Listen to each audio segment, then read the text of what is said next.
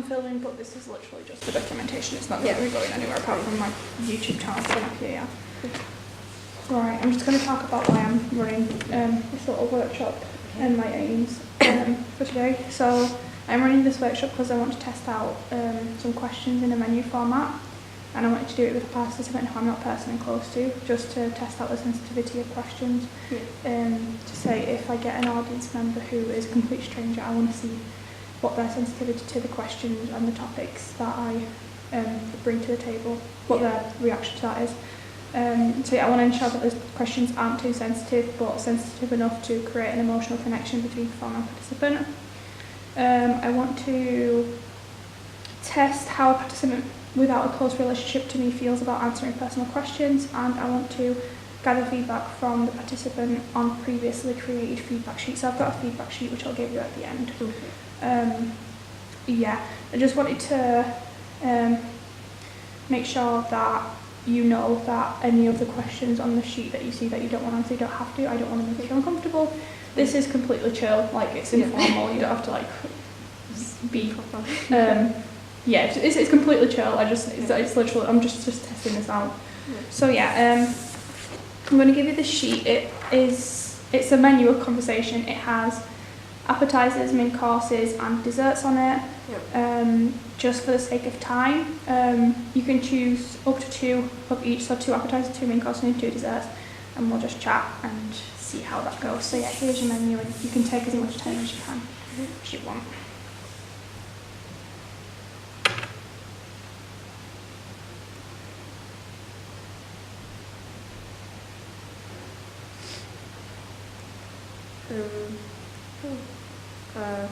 Well, the first one, I guess, the town I was born in was Manchester, Didsbury. That was, I felt like the area that I grew up in was a really nice area because I lived across from the park, and I had so many like shops down the street and like a train station nearby as well, so it was easy to get to town from where I was, and I think it was a nice neighborhood overall, and Did you make a lot of friends and stuff in the neighbourhood that you lived in? I mean, it was, I didn't talk to many of the neighbours, but there used to be one girl who I used to, next door, who we used to just like wave hi to. She went to the same high school as me as well, then she moved away, so okay. it was a bit sad. But no, it's nice because a lot of people who did go to the same school lived in the same area, so. Yeah.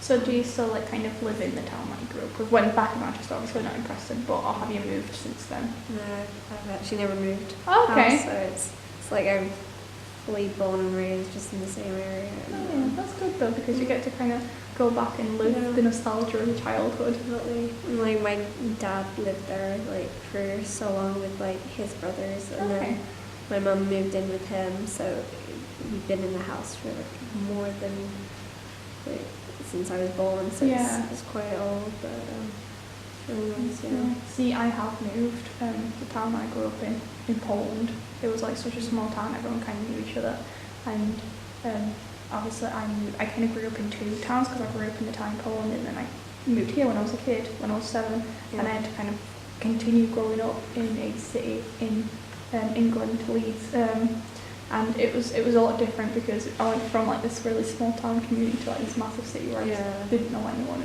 It was unusual, but yeah, no, it's really nice to hear about the time you go through. It's nice to hear that you didn't actually move, so it's still kind of like a familiar place to you, even from your childhood. Yeah, so moving to Preston is literally like the only time I've ever lived away for so long, so quite a nice change. But like hearing like you fully moved from not just like a smaller like town to a bigger one, it's a different country overall, so it's quite interesting. Yeah, different people, different stories.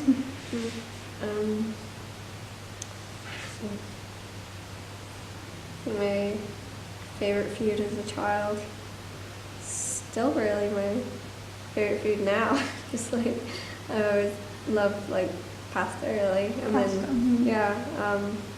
and like my mum, because I've like grew up with full on like different like culture of food, of like just like rice and like spicy curries and things like that. And then my mum kind of had to like learn how to make like pasta bits and like spaghettis and stuff, just because I liked eating it whenever we went out to like a restaurant or something. So she kind of dedicated like sometimes Friday nights for just like Italian night. Oh, that's really nice. Yeah, it's like a mixture of cultural like food. Yeah, so it's just, and then I guess like over the time we've kind of had different, you know, meals, and obviously it's gone from like full-on curries and like rice to just fish and chips.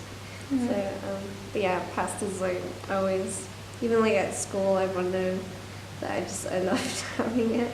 Just like school dinners and just regular like.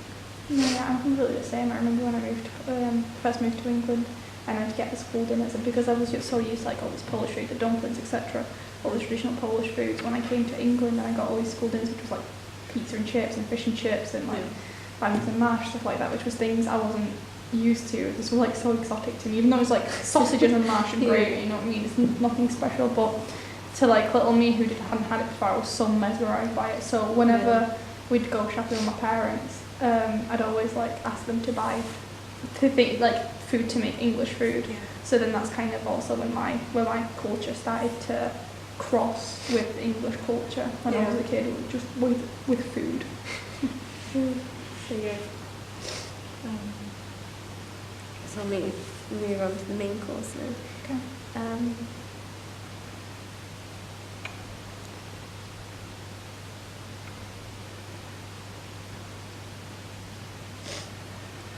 What do you mean by the first question?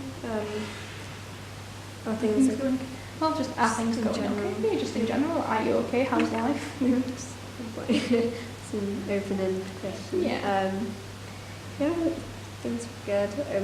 Like fully coming to university is just like opened so many different experiences, and just it's weirdly like cheesy to say, but I'm finding more about myself and like what I like to do. And I recently, just like last week, went clubbing for the first time, and that's like a new experience that I wouldn't have thought, because I tend to be an introverted person, but I still like to do new experiences, and just because if I haven't tried it, then how am I supposed to know if I don't like it? No, yeah, totally.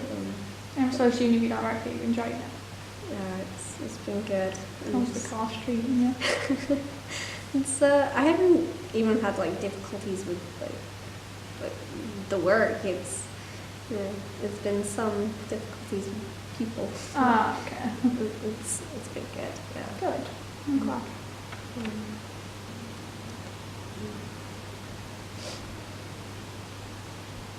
To be honest, I never really have a answer for a question of where would I be in 5 years. So kind of knowing where I am now, it's like I always think everything happens for a reason, and I've fully changed and like decided on going to different paths throughout the years, through like GCSEs and A-levels and stuff. So every choice I made from then is just like it's brought me to where I am. So it's like I'm here for a reason, and I'm quite happy with like where I am. Yes. So 5 years ago, you didn't think you'd be at university studying theatre. It just kind of comes to you. Yeah, and I mean I've always followed like what I love doing, and it's never been any academic like subject. So I definitely thought, okay, if it's gonna be any of the arts, it'll be theatre or fine art. Okay. Like there was like a side where I almost went into cooking as well, and like baking. So again, it's just like so many different hobbies that you're interested in, but it's like deciding Yeah, but you definitely knew that you wanted to do something that like you're passionate about and mentioned. Yeah. Because I don't think I ever got why people wanted to do a certain subject so they could do the course to end up in their career. Because you know, in the time where you're at, you're supposed to enjoy what you're doing. Yeah. Not kind of hate it. Dread it. Yeah. Yeah, exactly.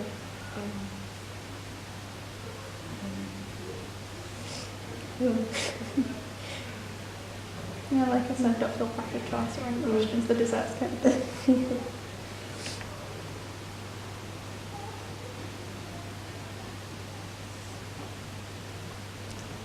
I afraid to die? I mean, I think it's quite like fumbling in your head whenever you think about that kind of concept. Because, you know, it's like we were talking about this in one of Mike McCraw's classes as well. I'm just like, it's inevitable that everyone knows it's like there is going to be an end. Yeah. It's just the thought of how. And I guess I don't want to go without not having, like, I guess it kind of links to what do you want to do before you die. You know, I don't want to go before I haven't Like fulfilled your purpose, kind of. Yeah. And I guess my purpose isn't always to make an impact on like the world or on like people around me. It's